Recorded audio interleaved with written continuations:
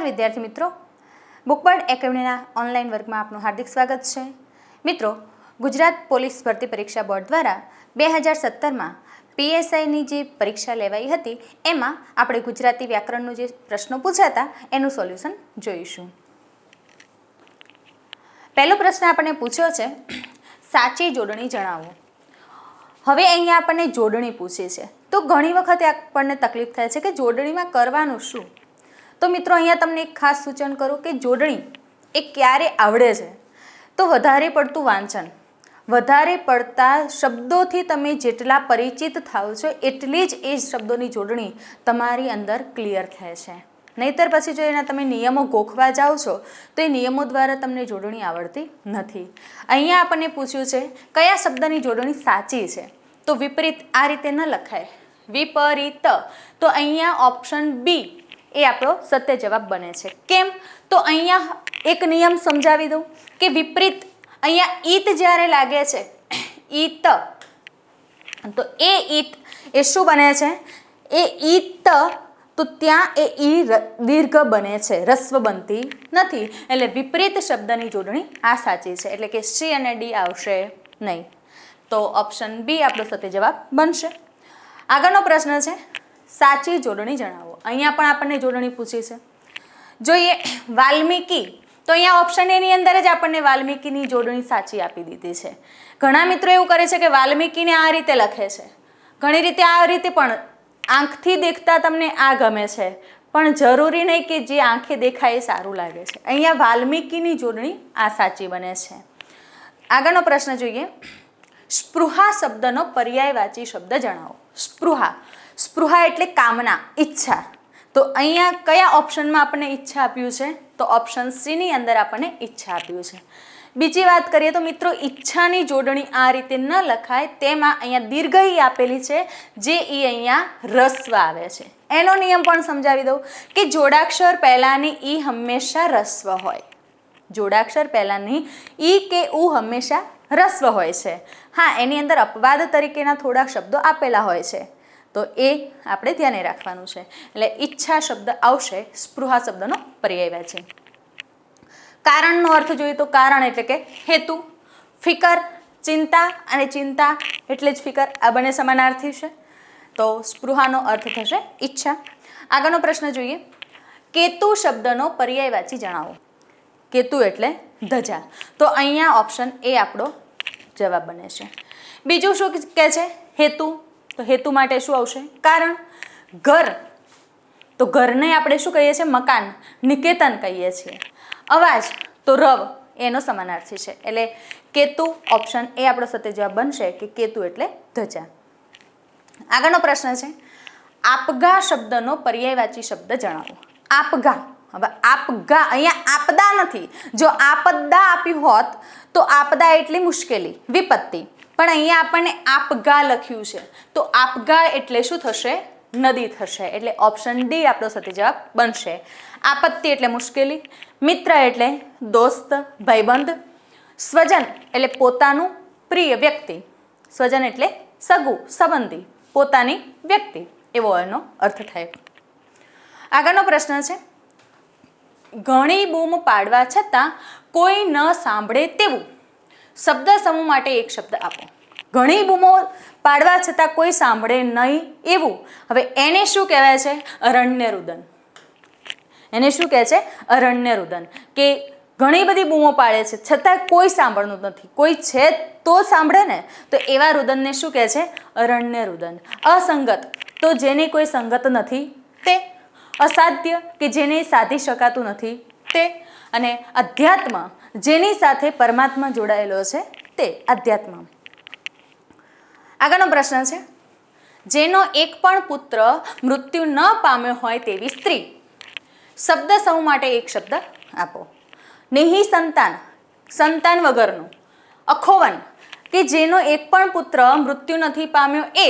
અહીંયા પુત્ર લખ્યું છે મિત્રો, અહીંયા સંતાન લખ્યું હોય તો પણ એને અખોવન કહેવાય છે. અહીંયા પુત્ર શબ્દ વાપર્યો છે, તો પુત્ર કે સંતાન કે, છતાં પણ કયું આવશે? અખોવન. કે જેનો એક પણ સંતાન, એક પણ પુત્ર મૃત્યુ નથી પામ્યો એને શું કહે છે? અખોવન કહે છે. રામબાણ, રામનો બાણ કે જેનેથી ઈલાજ શક્ય છે એવું બાણ. અવિભાજ્ય જેના ભાગ પાડી શકાતા નથી તે અવિભાજ્ય. એટલે ઓપ્શન બી આપણો સત્ય જવાબ બનશે. આગળનો પ્રશ્ન છે વ્યંજન શબ્દની સાચી સંધિ જણાવો. અમે તો સંધિ વિશે થોડીક વાત કરી લઈએ. સંધિ એટલે શું? તો સંધિ ક્યારે બને પહેલાં તો આપણને એ ખ્યાલ હોવો જોઈએ. સંધિ કોઈ પણ બે શબ્દો છે એ બંને શબ્દો અર્થપૂર્ણ હોય ત્યારે જ એ સંધિ બની શકે છે. અર્થપૂર્ણ શબ્દોને જ્યારે જોડવામાં આવે, હવે એ અર્થપૂર્ણ, હવે એવું ન થઈ શકે તમે એવું ગોખી નાખ્યું છે કે જ્યાં સ્વર આવતો હોય ને ત્યાંથી એને છૂટો પાડી દેવાનો. ના, સ્વર આવે ત્યાંથી એને છૂટો નથી પાડવાનો. ક્યાંથી છૂટો પાડવાનો છે? કે જ્યાંથી એ બે શબ્દો સ્વતંત્ર રીતે વપરાયેલા હતા અને એ બે શબ્દોને જ્યારે જોડીએ છીએ, ચોક્કસ અર્થ આપતા શબ્દો જ્યારે જોડાય છે ત્યારે સંધિ જોડો બને છે. અને જે અર્થયુક્ત શબ્દો ત્યાંથી છૂટા પડે છે ત્યારે એને કહે છે સંધિનો વિચ્છેદ. અહીંયા વ્યંજન શબ્દ આપ્યો છે. વ્યંજન, વ્યંજન એટલે શું? પહેલાં તો આપણને ખ્યાલ હોવી જોઈએ ને. ઘણી બધી વાર આપણે વ્યંજન 34 છે, ગુજરાતી ભાષામાં 34 વ્યંજન છે, 13 સ્વર છે, આપણે શીખતા આવ્યા છે. પણ વ્યંજન એટલે શું? તો જેને સ્વરનું અંજન લગાડવું પડે છે એને વ્યંજન કહેવાય છે. વી વત્તા અંજન, અંજન એટલે જોડાવવું, વી વધારાને જોડવાનું જે છે એને વ્યંજન કહે છે. તો વી વત્તા અંજન બરાબર વ્યંજન, એટલે ઓપ્શન સી આપણો સત્ય જવાબ બનશે. જો અહીંયા વી વત્તા અંજન આપ્યું છે પણ વી કેવો છે? રસ્વ છે, દીર્ઘ છે નહીં. આગળનો પ્રશ્ન છે તેણે મોટેથી બૂમ પાડી. વાક્યનો પ્રકાર જણાવો. હવે અહીંયા શું કહે છે? વાક્યનો પ્રકાર કીધું છે. કર્મણી વાક્ય છે, કર્તરી છે, ભાવે છે અને પ્રેરક છે. તેણે મોટેથી બૂમ પાડી. કોણે? તેણે. જે પાડનાર છે એ કર્તા છે. પાડનાર છે એ કોણ છે? કર્તા છે. કર્તા મુખ્ય સ્થાને છે. શું પાડ્યું? બૂમ. કર્મ હાજર છે પણ પાડી છે ક્રિયાપદનું મૂળ રૂપ છે. કર્તરી વાક્યમાં કર્તા મુખ્ય સ્થાને હોય અને ક્રિયાપદનું મૂળ રૂપ આપેલું હોય ત્યારે એ વાક્ય કેવું બને છે? કર્તરી બને છે. એટલે ઓપ્શન બી આપણો સત્ય જવાબ બનશે. યસ. કર્મણી વાક્ય, તો કર્મણી વાક્યની અંદર શું હોય? કર્તા નહીં, પણ ત્યાં કોણ મુખ્ય હોય છે? કર્મ મુખ્ય હોય છે. ક્રિયાપદના મૂળ રૂપને આઈનું રૂપ પણ પ્રત્યય લાગે છે. બીજી એક શરત ખાસ કે કર્મ હાજર હોવું જરૂરી છે. ઓકે, એટલે કર્મણી નથી. ભાવે, ભાવની પ્રાધાન્યતા, ભાવની પ્રાધાન્યતા છે. કર્તાને થી થકી વડે એટલે કે ત્રીજી વિભક્તિના પ્રત્યય પ્રત્યય લાગે છે. ક્રિયાપદના મૂળ રૂપને આઈનું રૂપ પ્રત્યય લાગે છે ત્યારે ત્યાં શું બને છે? ભાવે વાક્ય બને છે. પ્રેરક વાક્ય, જે મૂળ વાક્ય છે, કર્તરી વાક્ય છે, એ કર્તરી વાક્યને જ્યારે આપણે પ્રેરિત કરતા, નવો કરતા જ્યારે ઉમેરીએ ત્યારે એ વાક્ય શું બને છે? પ્રેરક વાક્ય બને છે. યસ. એટલે આપેલું વાક્ય એ કયું વાક્ય છે? કર્તરી વાક્ય છે. એમાં કર્તા મુખ્ય સ્થાને છે, એમાં ક્રિયાપદ મુખ્ય સ્થાને છે. બીજું ખાસ મિત્રો, અહીંયા જો આપણને વાક્યનો પ્રકાર આપ્યો છે એની જગ્યાએ આપણને એમ કીધું હોય કે ક્રિયાપદનો પ્રયોગ સમજાવો. ક્રિયાપદનો પ્રયોગ, તો અહીંયા ક્રિયાપદનો પ્રયોગ પણ એ સત્ય જવાબ બને છે. કારણ કે વાક્યના પ્રકારનો ભાગ જ છે ક્રિયાપદનો પ્રયોગ. અને ક્રિયાપદના પ્રયોગો પણ કહે છે કારણ કે એની અંદર મુખ્ય ક્રિયાપદ ઉપર પ્રયોગ થાય છે એટલે એને ક્રિયાપદના પ્રયોગ તરીકે પણ ઓળખાય છે. આગળનો પ્રશ્ન જોઈએ તો સુરપૂર્વો રૂઢિપ્રયોગનો અર્થ આપો. સુરપૂર્વો આપણે કહીએ છીએ કે આને સુર પુરાવ્યો, તો હામાં હા પુરાવવી.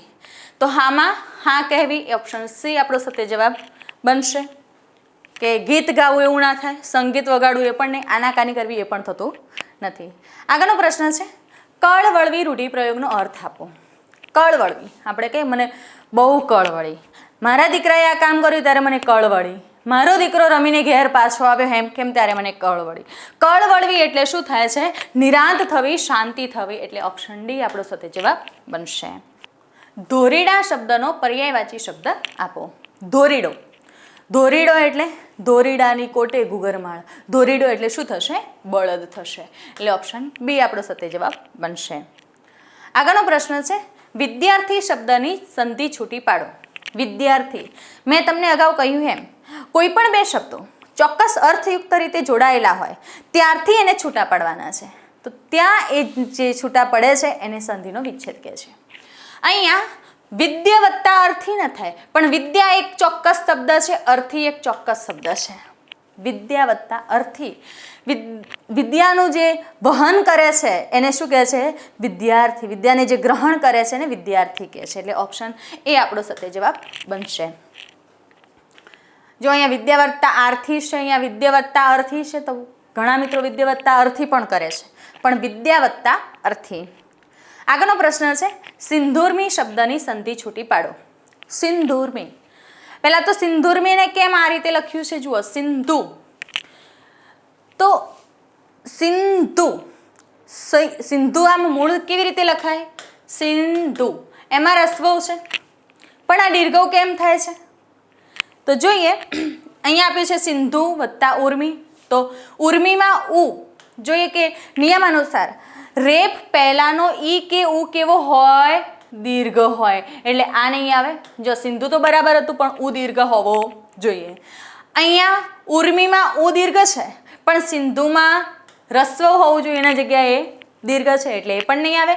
સિંધુર્મી, અહીંયા દીર્ઘ પણ છે ને અહીંયા રસ્વ છે એટલે એ પણ નહીં આવે. સિંધુ વત્તા ઉર્મી એટલે ઓપ્શન ડી આપણો સત્ય જવાબ બનશે. નિયમ એવું કહે છે કે ઉ વત્તા ઉ બરાબર દીર્ઘ ઉ થાય, એટલે કે આ રસ્વ છે, આ દીર્ઘ છે, બરાબર શું બને છે? દીર્ઘ ઉ બને છે. એટલે સિંધુર્મી શબ્દની આ જોડણી ત્યાં સત્ય બને છે. આગળનો પ્રશ્ન જોઈએ તો ષડયંત્ર શબ્દની સંધિ છૂટી પાડો. ષડયંત્ર, ષડયંત્ર એટલે કાવતરું, ખ્યાલ છે. અહીંયા નિયમ શું કહે છે? વ્યંજન સંધિનો નિયમ ટ ઠ ડ ઢ, ટ ઠ ડ ઢ એ વ્યંજન આપેલા હોય તો એનો આગળનો વ્યંજન, એના વર્ગનો આગળનો વ્યંજન ત્યાં મુકાય છે. હવે અહીંયા આપણને ડ આપ્યો છે તો એ વર્ગનો આગળનો વ્યંજન કયો થાય? તો એ વર્ગનો આગળનો વ્યંજન ટ ઠ ડ ઢ કહી શકાય.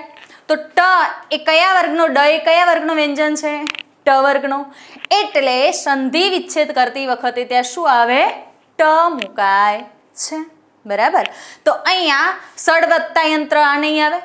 જો અહીંયા સડ વત્તા યંત્ર છે અને અહીંયા સટ વત્તા યંત્ર છે.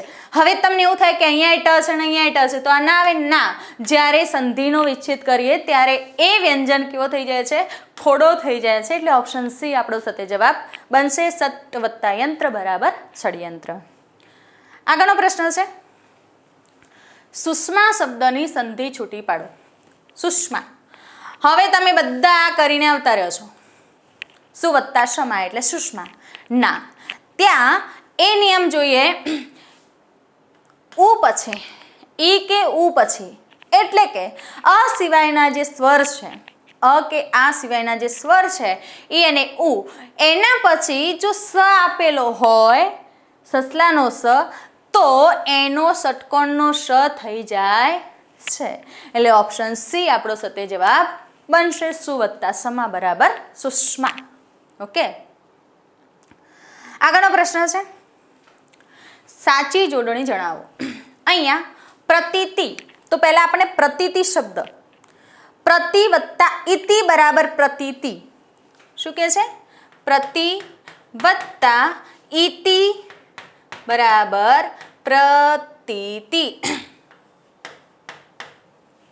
અહીંયા જુઓ, અહીંયા તી એ રસ્વ છે, એ તો એમના એમ આવશે. બરાબર. હવે અહીંયા પણ તી એમના એમ છે એટલે બે આવી શકે એવું લાગે છે, પણ અહીંયા જોડણીના નિયમ અનુસંધાને પ્રતિ ઈ વત્તા ઈ એટલે રસ્વ ઈ વત્તા રસ્વ ઈ બરાબર દીર્ઘ ઈ થાય. એટલે પ્રતીતિ શબ્દની જોડણી આ રીતે લખાય. આવું આપણને ઓપ્શન ડી માં આપેલું છે. એટલે ઓપ્શન ડી આપણો સત્ય જવાબ બનશે.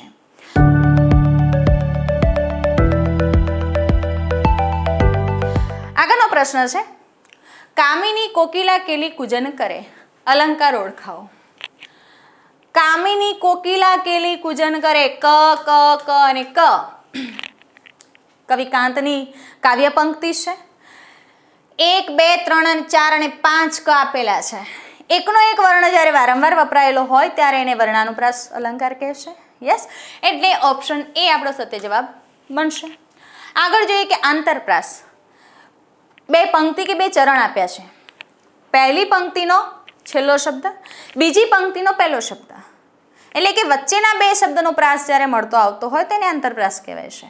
યસ, વિદ્યા ભણ્યો જે, તે ઘેર વૈભવ રૂડો, જે અને તે બે શબ્દનો પ્રાસ મળતો આવે છે એટલે એ આંતરપ્રાસ છે. અંત્યાનુપ્રાસ. અંત્ય અનુપ્રાસ. અંત્ય એટલે છેલ્લો, અનુ એટલે ફરીથી, પ્રાસ એટલે એનો મળતો આવતો શબ્દ. બે પંક્તિના કે બે ચરણના છેલ્લા શબ્દનો પ્રાસ જો મળતો આવતો હોય તો એને અંત્યાનુપ્રાસ અલંકાર કહેવાય છે. બરાબર. જોઈએ દ્રષ્ટાંત. લાંબા જોડે ટૂંકો જાય, મરે નહીં તો માંદો થાય. જાય અને થાય બેનો પ્રાસ મળતો આવે છે. યસ, શ્લેષ અલંકાર. અહીંયા 1, 2 અને 3 આ 3 અલંકાર આપણને શબ્દ અલંકારના પ્રકાર આપ્યા છે, જ્યારે આપણને શ્લેષ અલંકાર એ અર્થ અલંકારનો પ્રકાર છે.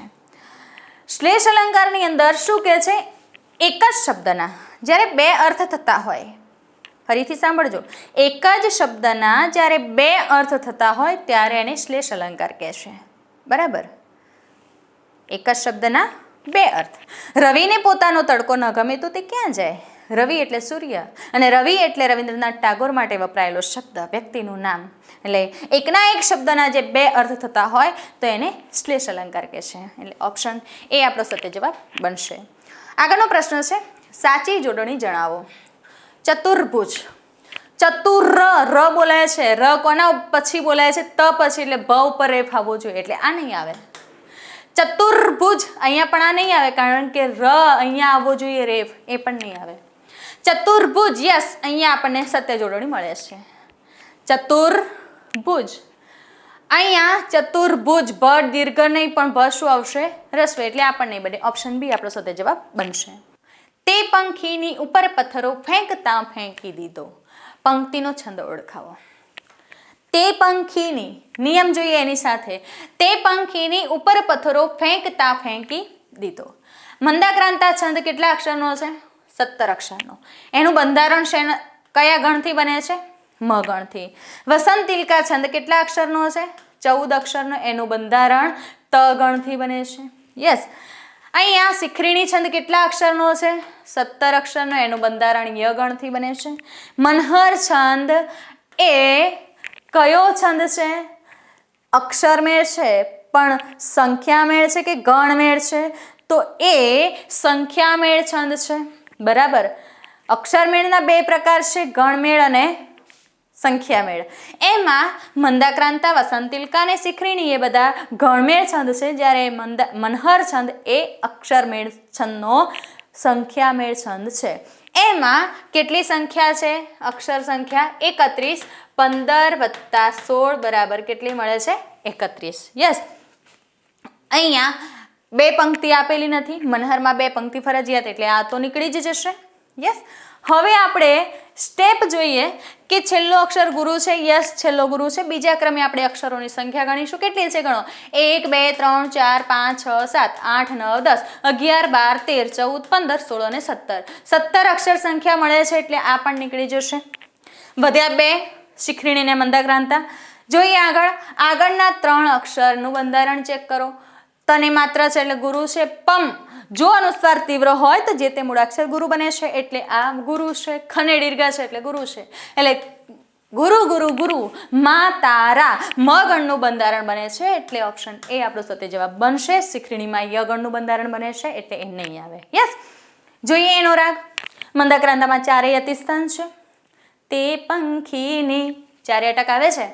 ઉપર પથ્થરો 4 અને 6, એટલે કે 4 અને 10 અક્ષરે અતિસ્થાન હોય તો મંદાક્રાંતા પાક્કો ને પાક્કો જ.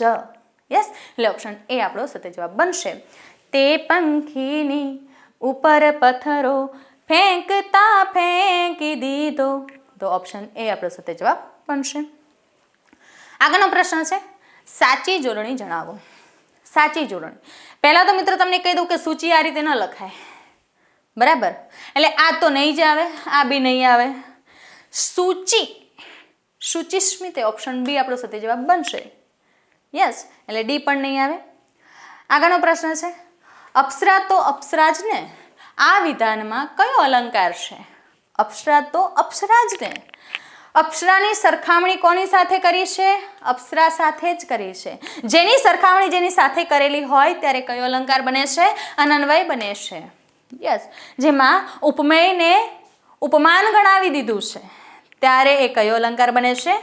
એ અનન્વય અલંકાર બને છે. રૂપક અલંકાર, ઉપમેયને જ્યારે ઉપમાન સાથે એકરૂપ બતાવી દીધું હોય, ઉપમેયને જ્યારે ઉપમાન સાથે એકરૂપ બતાવી દીધું હોય તો એ રૂપક અલંકાર છે.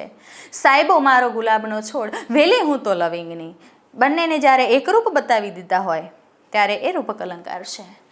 વ્યાજ સ્તુતિ અલંકાર, નિંદાના નામે વખાણ અને વખાણના નામે જ્યારે નિંદા કરેલી હોય ત્યારે વ્યાજ સ્તુતિ અલંકાર બને છે. અરે વાહ, તમે તો ખરા દોડવીર છો, કે ઉગતો બાવળ કૂદી ગયા. નિંદા નામ વખાણ અને વખાણના નામે જ્યારે નિંદા કરેલી હોય ત્યારે વ્યાજ સ્તુતિ અલંકાર બને છે. વ્યતિરેક અલંકાર, વધારે પડતું કીધું છે પણ માની શકાય એવું, વધારે પડતું કીધું છે પરંતુ માની શકાય એવું, ત્યારે કયો અલંકાર બને છે? વ્યતિરેક અલંકાર બને છે. સુદામાના વૈભવ આગળ તો કુબેર તે કોણ માત્ર, એ પણ એનું દ્રષ્ટાંત મળી શકે. એટલે ઓપ્શન ડી આપણો સત્ય જવાબ બનશે કે આપેલ દ્રષ્ટાંત એ અનન્વય અલંકારનું છે. આગળનો પ્રશ્ન છે, સાચી જોડણી જણાવો. પરિતોષ, આ રીતે ન લખાય. પરિતોષ, યસ, જ્યારે પરિપૂર્વ પ્રત્યય તરીકે લાગેલો હોય ત્યારે એ હંમેશા રસ્વ આવે છે. એટલે ઓપ્શન સી આપણો સત્ય જવાબ બનશે. આગળનો પ્રશ્ન છે, આતુર થવું માટે કયો રૂઢિપ્રયોગ યોગ્ય છે? આતુર થવું, આપણે કહીએ કે હું એની રાહ જોવામાં આતુર છું, તો તલપાપડ થવું. આતુર થવું એટલે તલપાપડ થવું, તો તલપાપડ થઈ રહેવું એને શું કહે છે? આતુર થવું. ઓપ્શન એ આપણો સત્ય જવાબ બનશે. આગળનો પ્રશ્ન છે, કૌમુદી શબ્દનો પર્યાયવાચી શબ્દ જણાવો. કૌમુદી, કૌમુદી એટલે શું થશે? ચાંદની. એટલે ઓપ્શન બી આપણો સત્ય જવાબ બનશે. કુંપળ એટલે નાની કુમળી, જે પૂંપળ ફૂટેલી છે એને કહે છે. રાત્રિ, રાત. ડાળી એટલે નાની જે ડાળ છે, કોમળ ડાળ ફૂટી છે ને ડાળી કહે છે. આગળનો પ્રશ્ન છે, નિષદિન શબ્દનો સમાસ જણાવો. નિષદિન, નિષદિન એટલે શું? નિષ એટલે રાત અને દિન એટલે દિવસ. કોઈ પણ સામાસિક પદમાં બે પદો જ્યારે મુખ્ય આપેલા હોય ત્યારે એ દ્વંદ્વ સમાસ બને છે, કે જેમાં બંને પદો મુખ્ય છે. એ સર્વપદ પ્રધાન છે, સર્વપદ પ્રધાન પ્રકાર એક જ છે, દ્વંદ્વ સમાસ. તો અહીંયા નિષ અને દિન, તો એ કયો સમાસ બને છે? દ્વંદ્વ સમાસ. એટલે ઓપ્શન બી આપણો સત્ય જવાબ બનશે. કર્મધારય, કે જે સમાસમાં વિશેષણ વિશેષણનો સંબંધ હોય, અને જ્યારે જે સમાસમાં વિશેષણ વિશેષણનો સંબંધ હોય અને ઉપમેય ઉપમાનનો સંબંધ હોય, ઉપમાન સાધારણ ધર્મનો સંબંધ હોય, ત્યારે એ કર્મધારય સમાસ બને છે. એ કર્મ ધારણ કરે છે. કહી શકાય કે કહું મહાદેવ, દેવ કેવા? મહાન. તો મહાદેવ એ કયો સમાસ બને છે? કર્મધારય. એટલે અહીંયા કર્મધારય બનતો નથી. બહુવ્રીહી, જે સમાસમાં વિશેષણ વિશેષણનો સંબંધ હોય અને આખે આખું પદ જ્યારે વિશેષણ તરીકે પ્રયોજાય ત્યારે એ બહુવ્રીહી સમાસ બને છે. જેમ કે કહું, આગળના પદમાં આપણે બોલ્યા કે મહાદેવ, તો અહીંયા મહાબાહુ બોલું તો બાહુ કેવા? મહા. પણ મહાબાહુ એ પોતે એક વિશેષણ છે, ત્યારે એ કયો સમાસ બને છે? બહુવ્રીહી બને છે. જરૂરી નહીં કે દર વખતે મહાન લાગે એટલે કર્મધારય જ કરી દેવાનો, ના. યસ, મહાત્મા કીધું હોય તો આત્મા કેવો? તો મહાન આત્મા, તો એ કર્મધારય બને. પણ બહુવ્રીહીમાં એ મહાબાહુ એ કયું બને છે? બહુવ્રીહી બને છે. વિશેષણ વિશેષણનો સંબંધ છે પણ આખે આખું જ્યારે પદ વિશેષણ તરીકે પ્રયોજાય ત્યારે એ બહુવ્રીહી બને છે. મધ્યમ પદ લોપી, જે સમાસમાં વચ્ચેના પદનો લોપ થતો હોય એને આપણે મધ્યમ પદ લોપી કહીએ છીએ. જેમ કે ઘોડાગાડી, ઘોડા વડે ચાલતી ગાડી. આગગાડી, આગ વડે ચાલતી ગાડી. એટલે બધી ગાડીઓ છે એમાં આવશે મધ્યમ પદ લોપીમાં. એટલે ઓપ્શન બી અહીંયા આપણો સત્ય જવાબ બનશે. આગળનો પ્રશ્ન છે, શું તમે અમારી સાથે આવશો? આ વાક્યમાં કયો શબ્દ વધારાનો છે? જોઈએ, શું કહે છે? શું તમે અમારી સાથે આવશો? શું ન મૂકીએ તો પણ ચાલે. તમે અમારી સાથે આવશો એમ પણ કહી શકાય. એમ પણ કહી શકાય, જો આ શબ્દ પણ વધારાનો મળે છે. એમ પણ કહી શકાય, શું તમે સાથે આવશો એમ પણ કહી શકાય. એટલે આ બંને શબ્દો આપણને વધારાના મળે છે. એટલે મિત્રો અહીંયા એક જ જોઈએ કે તમે પણ છે, અમારી પણ છે, શું છે ને આવશે પણ છે. તો અહીંયા બી અને સી બંને સત્ય જવાબ બને છે. તો આવો પ્રશ્ન ત્યાં રદ થાય. બરાબર, કે બંને ઓપ્શન સાથે ન હોય અને જો હોય તો અહીંયા એક ઓપ્શન એવો આપેલો હોવો જોઈએ કે બી અને સી બંને જે આપણને આપેલો નથી. એટલે શું પણ પદ વધારાનું પણ છે ને અમારી પણ પદ વધારાનું છે. આગળનો પ્રશ્ન છે પર્જન્ય શબ્દનો પર્યાયવાચી શબ્દ જણાવો. પર્જન્ય એટલે શું થશે? ધુમ્મસ એટલે તો ધુમાડો, આકાશ, આભ, વાદળ કે વરસાદ. તો પર્જન્ય એટલે શું થશે? વરસાદ. એટલે ઓપ્શન ડી આપણો સત્ય જવાબ બનશે. યસ, વાદળ એટલે કે પાણીને વરાળથી જે પાણીનું જે ટીપું બંધાયું છે એને વાદળ કહે છે. આગળનો પ્રશ્ન છે સાચી જોડણી જણાવો. વિખૂટું. તો ઓપ્શન એની અંદર જ આપણને સાચી જોડણી આપી દીધી છે વિખૂટું. એટલે ઓપ્શન એ સત્ય જવાબ બનશે. આગળનો પ્રશ્ન છે નીચેનામાંથી કયો શબ્દ રવાનુકારી છે? રવાનુકારી, રબ અને અનુકારી. જે શબ્દમાં અવાજનું અનુસરણ થતું લાગતું હોય એને રવાનુકારી કહેવાય છે.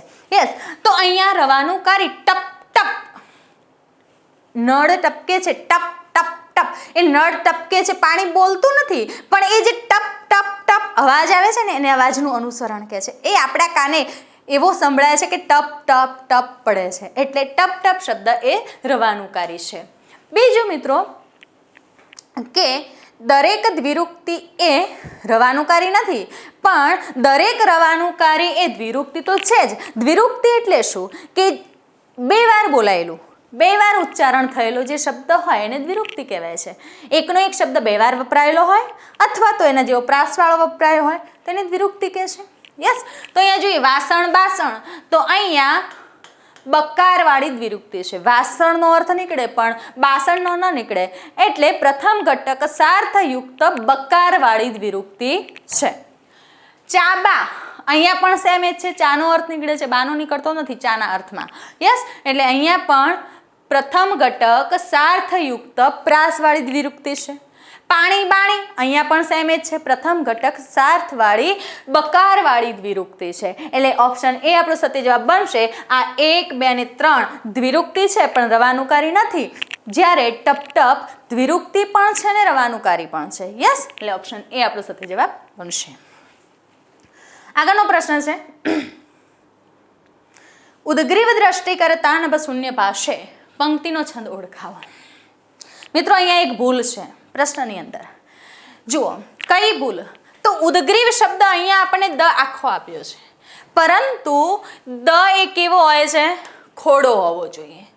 અહીંયા ખોડો કરેલો નથી, હલંત કરેલો નથી, પણ ઉદ્ગ્રીવ શબ્દ એ જોડાક્ષર છે. ઉદ્ગ્રીવ, દ અને ગ્ર એ બંને જોડાક્ષર છે, બરાબર? યસ, એટલે હવે આપણે અક્ષરોની ગણતરી ક્યારે કઈ રીતે કરીશું? તો આ એક જ શબ્દ ગણાય છે. જોઈએ આપણને છંદની અંદર અનુષ્ટુપની વાત કરીએ તો અનુષ્ટુપ છંદ એ સંખ્યામેળ છંદ છે. સંખ્યામેળ છંદ આપણને બે મળે છે, મનહર અને અનુષ્ટુપ. અનુષ્ટુપ છંદ સંખ્યામેળ છે, બરાબર? એમાં 8 અક્ષરના 4 ચરણ, એટલે કે 8 ચોક 32 અક્ષર આપણને મળે છે. અનુષ્ટુપ છંદમાં કેટલા અક્ષર હોય? 32. 8 ચરણ, એટલે કે 8મા અક્ષરે યતિસ્થાન હોય. જે અહીંયા આપણને 2 ચરણ આપ્યા જ નથી, એટલે એ તો આવશે જ નહીં. ઉપજાતિ, ઉપજાતિ છંદની અંદર પણ 2 પંક્તિ ફરજિયાત. કેમ? કારણ કે ઉપજાતિ છંદ એ 11 + 11 = 22 અક્ષરનો છંદ છે. કેમ? તો પહેલી પંક્તિ ઇન્દ્ર વજ્રાની હોય કાં તો ઉપેન્દ્ર વજ્રાની હોય, અથવા તો પહેલી પંક્તિ ઉપેન્દ્ર વજ્રાની હોય તો બીજી ઇન્દ્ર વજ્રાની હોય. 2 પંક્તિનું બંધારણ જો અલગ અલગ થતું હોય અને જે છંદ બને છે એને શું કહે છે? ઉપજાતિ. પણ અક્ષર સંખ્યા કેટલી છે? 11. યસ, એટલે અહીંયા પણ 2 પંક્તિ નથી, એટલે ઓપ્શન બી પણ નહીં આવે. જોઈએ વસંત તિલકા. વસંત તિલકાની અંદર કેટલા અક્ષર હોય મિત્રો? 14 અક્ષર. એનું બંધારણ શેનાથી થાય? તગણથી થાય. જોઈએ અહીંયા અક્ષરોની સંખ્યા ગણીએ. શિખરીણી છંદની અંદર આપણે અગાઉ વાત કરી ગયા કે 17 અક્ષર છે, એ અગણથી બંધારણ થાય છે. હવે આપણે અક્ષરોની સંખ્યા ગણવાની છે. આ અને આ તો નીકળી જ જાય છે કે 1, 2, 3, 4, 5, 6, 7, 8, 9, 10, 11, 12, 13 અને 14. 14 અક્ષર છે, 14 વાળો એક જ છે વસંત તિલકા, એટલે ઓપ્શન સી આપણો સત્ય જવાબ બનશે. બંધારણ જોઈએ તગણનું બને છે. યસ, ઉદગ્રીવ. ઉ એ રસ્વ છે, લઘુ અક્ષર છે. દ ગ્રે ગુરુ અક્ષર છે ને વ એ લઘુ અક્ષર છે. પરંતુ જોડાક્ષરનો નિયમ એવું કહે છે કે જો જોડાક્ષર થડકાર વાળો હોય તો આગળનો લઘુ અક્ષર પણ કેવો થઈ જાય છે? ગુરુ થઈ જાય છે. તો ગુરુ ગુરુ અને લઘુ એટલે કે તા રા જ તગણનું બંધારણ બને છે એટલે ઓપ્શન સી આપણો સાથે જવાબ બનશે. એનો રાગ પણ પેલો તમે સ્તુતિ બોલો છો ને વિશ્વંભરી, એના રાગ ઉપરથી છે. ઉદગ્રીવ દ્રષ્ટિ કરે તાનબ શૂન્ય ભાષે વિશ્વંભરી અખિલ વિશ્વ તણી જનેતા. તો એ રાગ ઉપરથી આપણને વસંતિલકા છંદ ઓળખાય છે. યસ, એટલે ઓપ્શન સી આપણો સત્ય જવાબ બનશે.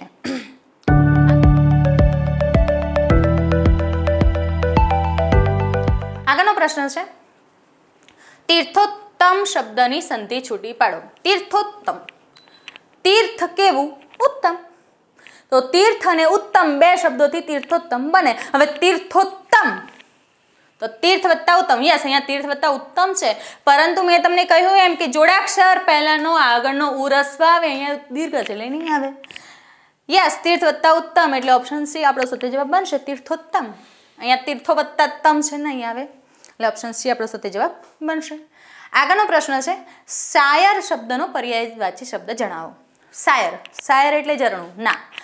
પર્વત એ પણ નહીં થાય, રણ એ પણ નહીં થાય. યસ, શાયર એટલે દરિયો. શાયરનો અર્થ શું મળે છે? દરિયો, એટલે ઓપ્શન ડી આપણો સત્ય જવાબ બનશે. આગળનો પ્રશ્ન છે બકાલું શબ્દનો પર્યાયવાચી શબ્દ આપો. બકાલું એટલે શાકભાજી. ઓપ્શન એ આપણો સત્ય જવાબ બનશે. આગળનો પ્રશ્ન છે જેની બુદ્ધિ સ્થિર છે તે. જેની બુદ્ધિ સ્થિર છે તે એને શું કહેવાય? સ્થિત પ્રજ્ઞ. શબ્દ સમૂહ માટે એક શબ્દ સ્થિત પ્રજ્ઞ. ઓપ્શન બી આપણો સત્ય જવાબ બનશે. નિષ્પૃહ, સ્પૃહા વગરનો. ચલિત પ્રજ્ઞ તો એવો કોઈ શબ્દ સાર્થ જોડણી કોષમાં આપેલો નથી. મંદમતી કે જેની મતિ બુદ્ધિ નષ્ટ થઈ ગઈ છે એને મંદમતી કહેવાય છે. જે અહીંયા બુદ્ધિ ભ્રષ્ટ થઈ ગઈ છે અહીંયા સ્થિર બુદ્ધિ છે એટલે ઓપ્શન બી આપણો સત્ય જવાબ બનશે. આગળનો પ્રશ્ન છે સાચી જોડણી જણાવો. તો પરિવેશ, યસ, પરિવેશ આપણને આ રીતે લખી શકાય એટલે ઓપ્શન બી આપણો સત્ય જવાબ બનશે. આગળનો પ્રશ્ન છે પુષ્પધનવા શબ્દનો પર્યાયવાચી શબ્દ જણાવો. મિત્રો પુષ્પધનવા તો ઇન્દ્ર, પહેલા તો તમને જણાવી દઉં કે ઇન્દ્ર શબ્દની જોડણી આ રીતે ન લખાય. ઇન્દ્રમાં એ કેવો આવે છે? રસ્વ આવે છે. મહાદેવ તો ના, મહાદેવ એટલે શંકર. પુષ્પધનવા એટલે ગણપતિ ના, ગણપતિ એટલે ગણેશ. તો પુષ્પધનવા એટલે કામદેવ. તો ઓપ્શન ડી આપણો સત્ય જવાબ બનશે. આગળનો પ્રશ્ન છે અભિ વત્તા અંતર શબ્દની સંધિ જોડો. નિયમ જોઈએ. ઈ કે ઉ, ઈ કે ઉ પછી જો એનો વિજાતીય સ્વર આપેલો હોય તો એનો ય થાય એટલે અભિ વત્તા અંતર બરાબર અભ્યંતર થાય એટલે ઓપ્શન સી આપણો સત્ય જવાબ બનશે. જો અહીંયા અભ્ય તંત્ર આપ્યું છે તો આ નહીં આવે. અભ્ય ય કર્યો છે પણ ત ઉપર અનુસ્વાર જતો રહ્યો છે એટલે એ આવશે નહીં. એટલે ઓપ્શન સી આપણો સત્ય જવાબ બનશે. ઘોડા ગાડી શબ્દનો સમાસ જણાવો. ઘોડા ગાડી, ઘોડા વડે ચાલતી ગાડી એટલે મધ્યમ પદ લોપી સમાસ થાય કે જેમાં વચ્ચેના પદનો લોપ થાય ત્યારે એ મધ્યમ પદ લોપી સમાસ બને છે. દ્વિગુ, દ્વિગુ એટલે જેમાં પૂર્વપદ સંખ્યા હોય અને ઉત્તર પદ નામિક પદ હોય ત્યારે અથવા તો એ પદ પૂર્વપદ સંખ્યા સૂચવતું હોય અને ઉત્તર પદ એનો સમૂહનું સૂચન કરતું હોય ત્યારે એ દ્વિગુ સમાસ બને છે. જેમ કે કહું પંચરત્ન, રત્નો કેટલા? 5 રત્નનો સમૂહ. નવરાત્રિ, નવરાત્રિનો સમૂહ. તો એને શું કહે છે? દ્વિગુ સમાસ કહે છે. દ્વંદ્વ સમાસ કે જેમાં બે પદો મુખ્ય હોય. રામ લક્ષ્મણ તો રામ અને લક્ષ્મણ, સીતારામ તો સીતા અને રામ. તો એ બધા સમાસ કયા બને છે? દ્વંદ્વ સમાસ. દંપતી તો પતિ અને પત્ની. કર્મધારય કે જે સમાસમાં વિશેષણ વિશેષણનો સંબંધ હોય, ઉપમેય ઉપમાનનો સંબંધ હોય, ઉપમાન અને સાધારણ ધર્મનો સંબંધ હોય ત્યારે એ કર્મધારય સમાસ બને છે. તો ઓપ્શન એ આપણો સત્ય જવાબ બનશે. આગળનો પ્રશ્ન છે તમારે માત્ર 10 વખત લખવાનું છે. વિધાનમાં માત્ર શું દર્શાવે છે? માત્ર. તમારે માત્ર, અહીંયા માત્ર તમને સીમા બતાવી દીધી છે. તમને સીમા બતાવી દીધી કે માત્ર 10 વખત જ લખવાનું છે. તો જે આપણને સીમાનો અર્થ ફરજ પાડી દીધી છે કે તમારે ફરજિયાતપણે માત્ર 10 વખત જ લખવાનું છે, ત્યારે એ કયું શું બને છે? એ નિપાત બને છે, કે જેમાં જે શબ્દ ઉપર ભાર મૂકવામાં આવ્યો હોય. નિપાત એટલે ચપટી વગાડવી તે.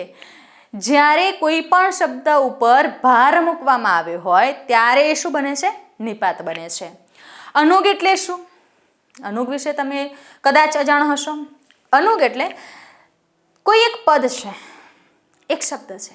શબ્દને જ્યારે તમે એ, ને, થી, માં, ન એ પ્રત્યય લગાડો છો ત્યારે એ ચોક્કસ એક પદ બને છે. બરાબર. અનુગ જે તે શબ્દની સાથે જોડાઈને આવે છે એ ઘણીવાર એની અંદર ભળી પણ જાય છે. જેમ કે હું કહું કે મહેશને પેટમાં દુખે છે, તો મહેશ ને, તો ન ને માત્ર છે ને, એ ને અનુગ છે પણ જોડાઈને આવે છે. પણ હું એમ કહું કે મહેશે ખાધું, તો મહેશેશ અને એ જોડાયેલો છે એટલે એની અંદર ભળી જાય છે. તો મહેશે ખાધું, મહેશ ને પેટમાં દુખે છે, તો ને એ વ્યંજન છે એટલે જોડાઈને આવે છે, એની અંદર ભળી જાય છે. એ અનુગ છે. અનુગ ફક્ત કેટલા છે? 5 છે. વિભક્તિ કોઈ પણ 2 પદો છે, એ 2 પદોને જોડવાનું કામ જે કરે છે એ શબ્દને શું કહેવાય છે? વિભક્તિ.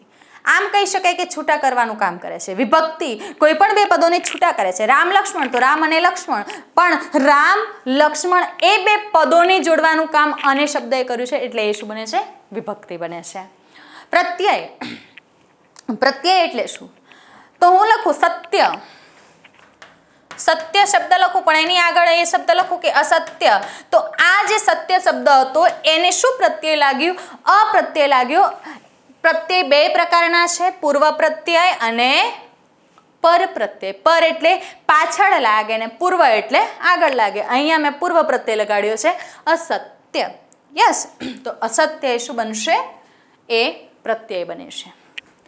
તો અહીંયા માત્ર શબ્દ એ નિપાતનું સૂચન કરે છે. નિપાતના 4 પ્રકાર છે: ભારવાચક, સીમાવાચક, પછી વિનયવાચક છે અને લટકણિયા છે. અહીંયા આપણને માત્ર શબ્દ એ સીમાવાચક નિપાતનું સૂચન કરે છે.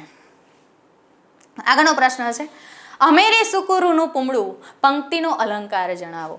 અમેરે સુકુરુનું પૂમડું. જો અમેરે પોતાની જાતને જ્યારે સુકારુનું પૂમડું ગણાવી દે છે, અહીંયા એકરૂપતા બતાવેલી છે, માટે કયો અલંકાર બનશે? રૂપક અલંકાર. કે જે અલંકારમાં ઉપમેય અને ઉપમાન વચ્ચે એકરૂપતા બતાવી દીધી હોય ત્યારે કયો અલંકાર બને છે? રૂપક અલંકાર બને છે. અપહનુતિ. અપહનુતિ વિશે તમે કદાચ અજાણ હશો. અપહનુતિ હણે છે એમ કહું, પહેલા એનો નકાર કરે છે, એને હણી નાખે છે, એના પછી એને એટલું બધું ચડિયાતું બતાવે છે કે કરેલો નિષેધ ઢકાઈ જાય છે. બરાબર. જેમ કે કહું, ઉમાશંકર જોશીનું એક સરસ મજાનું વાક્ય છે, શિક્ષકને મન વર્ગે વર્ગ નહીં, તો શું છે? એ સ્વર્ગ છે. પહેલા એનો નકાર કરે છે, એનો નિષેધ કરે છે, બીજી વખત એને એટલું બધું ચડિયાતું બતાવે છે કે કરેલો નકાર તે ઢકાઈ જાય છે. મીરાને મન ઝેર એ ઝેર નહીં પણ અમૃત છે, તો એ અપહનુતિ અલંકાર છે. અનન્વય અલંકાર. ઉપમેય અને ઉપમાન બંનેને જ્યારે એક સરખા બતાવી દીધા હોય, એકરૂપ નહીં પણ ઉપમેયને જાણે કે ઉપમાન બતાવી દીધું હોય ત્યારે અન્વય અલંકાર બને છે. ઉપમેયની સરખામણી ઉપમેય સાથે જ, ગાંધીજી એટલે ગાંધીજી જ, એ વાક્ય બને છે. ઉત્પ્રેક્ષા અલંકાર.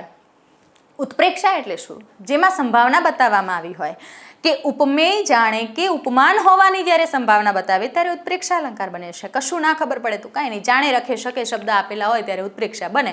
આ ડાળ ડાળ જાણે કે રસ્તા વસંતના, જાણે શબ્દ સંભાવના બતાવે છે ત્યારે એ ઉત્પ્રેક્ષા બને છે. અહીંયા ઓપ્શન એ આપણો સત્ય જવાબ બનશે કે અમેરે સુકુરુનું પૂમડું એ રૂપક અલંકાર છે. આગળનો પ્રશ્ન છે, પ્રિયજનની પગલીઓ જાણે વનફૂલની ઢગલીઓ પંક્તિનો અલંકાર જણાવો. હમણાં હાલ જ આપણે વાત કરી કે જાણે રખે શકે શબ્દો હોય ત્યારે એ કયો અલંકાર બને છે? ઉત્પ્રેક્ષા અલંકાર બને છે. શ્લેષ અલંકાર. જે અલંકારમાં એક જ શબ્દના 2 અર્થ થતા હોય ત્યારે એ શ્લેષ અલંકાર છે. અઢળક ઢળિયો રે શામળિયો. ઢળિયો શબ્દના 2 અર્થ. ઢળિયો એટલે પ્રસન્ન થવું અને ઢળિયો એટલે પડી જવું. યમક અલંકાર. એકનો એક શબ્દ 2 વાર આપેલો હોય અથવા તો એના જેવો મળતો પ્રાસવાળો શબ્દ આપેલો હોય, મને ગમયંતી બોલે દમયંતી નડે પાડ્યો સાદ. ગમયંતી ને દમયંતી બંનેનો પ્રાસ મળતો આવે છે ત્યારે કયો અલંકાર બને છે? યમક અલંકાર બને છે. મિત્રો, યમકને જ શબ્દાનુપ્રાસ અલંકાર પણ કહેવાય છે. રૂપક અલંકાર, બંનેને જ્યારે એકરૂપ બતાવી દીધા હોય ત્યારે રૂપક અલંકાર છે. બહુ બધી વાર ચર્ચા થઈ ગઈ છે, એટલે ઓપ્શન એ આપણો સુધી જવાબ બનશે. આગળનો પ્રશ્ન છે, સુરત તું જ રડતી સુરત પંક્તિનો અલંકાર જણાવો. સુરત તું જ રડતી સુરત, એકનો એક શબ્દ બે વાર છે તો એ યમક અલંકાર તો બની શકે, પરંતુ એક સુરતનો અર્થ નીકળે છે. આ જે સુરત શબ્દ લખ્યું છે એ શબ્દનો બંનેનો અર્થ એક જ નીકળે છે, એક જ નીકળે છે. જોજો, એકનો એક શબ્દ બે વાર છે, પરંતુ એક જ સુરતનો અર્થ નીકળે છે. એ સુરતના બે અર્થ નીકળતા નથી. એટલે કયો અલંકાર બની શકે? યમક અલંકાર બની શકે. પરંતુ જો આપણને ઓપ્શનમાં યમક ન આપ્યું હોય તો એ શ્લેષ અલંકાર પણ બને છે. અને આન્સર કીની અંદર તમને કયો અલંકાર આપ્યો છે? શ્લેષ અલંકાર આપેલો છે. પણ અહીંયા આ એક ભૂલ છે, બરાબર. વ્યતિરેક અલંકાર, અહીંયા જો આમ સુરત લખ્યું હોત તો એ શ્લેષ અલંકાર બની શકત. સુરત શહેર અને સુરત એટલે ચહેરો, મુખ, એક જ શબ્દના બે અર્થ થતા હોય. પણ આ સુરત એટલે શહેર થાય છે અને આ સુરત એટલે ચહેરો થાય છે. અહીંયા એકના એક શબ્દના બે અર્થ નથી થતા, માટે એ શ્લેષ ન આવે, એ યમક આવે છે. પણ આન્સર કીની અંદર તમને શ્લેષ આપ્યું છે, સાચું આપ્યું છે, બરાબર. પણ એ શ્લેષ આવશે નહીં. વ્યતિરેક અલંકાર, જેમાં વધારે પડતું કીધું છે પણ માની શકાય તેવું, માની શકાય એવું છે. આ બેનીનું અંગ તો કમળ કરતાં પણ કોમળ છે. આપણને ખબર છે કે કમળને અડીએ એટલે કરમાઈ જાય છે. બેનીનું અંગ એટલું કોમળ નથી. વધારે પડતું કીધું છે પણ માની શકાય એવું, બરાબર. ઉપમા અલંકાર, જ્યારે ઉપમેયની સરખામણી ઉપમાન સાથે કરેલી હોય ત્યારે ઉપમા અલંકાર બને છે. એટલે અહીંયા ઓપ્શન સી આપણો સત્ય જવાબ બનશે. આગળનો પ્રશ્ન છે, કદી મારી પાસે વન વન તણા હોત કુસુમો પંક્તિનો છંદ ઓળખાવો. શિખરીણી છંદ છે, 17 અક્ષર છે, ય ગણ બંધારણ બને છે, 6 અક્ષરે અને 12 અક્ષરે યતિસ્થાન છે. યસ, મંદાક્રાંતા છંદ છે, 17 અક્ષર છે, મ ગણ બને છે ને એમાં 4 અને 10 અક્ષરે યતિસ્થાન છે. વસંત તિલકા છંદ છે, જેમાં 14 અક્ષર છે, જેમાં 8 અક્ષરે યતિસ્થાન છે, જેનું બંધારણ ત ગણથી થાય છે. શ્રગધરા છંદ છે. જો મિત્રો, સ્તગધરા નહીં, તમે સ્ત્રગધરા કરો છો, પણ આ નથી આવતું. શું છે? શ્રગધરા. શ્રગધરા છંદ છે જે 21 અક્ષરનો છે, જેનું બંધારણ મ ગણથી બને છે, જેમાં યતિસ્થાન 7મા અક્ષરે મળે છે. આપણને અક્ષર સંખ્યા જો કેટલી મળે છે? 1 2 3 4 5 6 7 8 9 10 11 12 13 14 15 16 અને 17. કેટલા અક્ષર મળે છે આપણને? 17 અક્ષર. હવે 17 અક્ષરવાળા કેટલા છંદ છે? તો અહીંયા જુઓ, 1 છે, 2 છે અને અહીંયા બસ 2 જ આપ્યા છે, શિખરીણી અને મંદાક્રાંતા, એટલે આ બંને તો નીકળી જ જશે. એના પછી ત્રીજું જે સ્ટેપ છે એ સ્ટેપમાં આપણે અક્ષરોની સંખ્યા ગણવાની છે. જુઓ, લઘુ છે, ગુરુ છે અને ગુરુ છે. એટલે કે લઘુ ગુરુ ગુરુ એટલે કે ય માતા, ય ગણનું બંધારણ છે, એટલે શિખરીણી છંદ પાક્કો પાક્કો ને પાક્કો. યસ, એટલે ઓપ્શન એ આપણો સાથે જવાબ બનશે. આગળનો પ્રશ્ન છે, ત્યાં તો પેલી ચપળ દિસતી વાદળી જાય ચાલી પંક્તિનો છંદ જણાવો. શિખરીણી છંદ, 17 અક્ષર સંખ્યા છે. હવે આપણે ડાયરેક્ટ જોઈશું. શું કહે છે? ચાલી, લને દીર્ઘ છે, ગુરુ અક્ષર છે, બરાબર. એના પછી અક્ષરોની સંખ્યા ગણો. મિત્રો, જોડાક્ષર એ એક જ અક્ષર ગણાય. 1 2 3 4 5 6 7 8 9 10 11 12 13 14 15 16 અને 17. આપણને અક્ષર સંખ્યા 17 મળે છે. હવે 17 અક્ષર સંખ્યાવાળા બે છંદ છે, શિખરીણી અને મંદાક્રાંતા. અનુષ્ટુપ પણ નહીં આવે અને હરિગીત પણ નહીં આવે, એટલે બંને નીકળી જાય છે. એના પછી આપણે અક્ષરોનું બંધારણ ચેક કરીએ. આગળના ત્રણને અલગ કરો. જુઓ, અહીંયા ત્યાં એટલે ગુરુ છે, ગુરુ છે અને ગુરુ છે. આગળના 3 ગુરુ એટલે કે મ ગણનું બંધારણ થાય છે, એટલે મંદાક્રાંતા છંદ બને છે. ઓપ્શન ડી આપણો સત્ય જવાબ બનશે.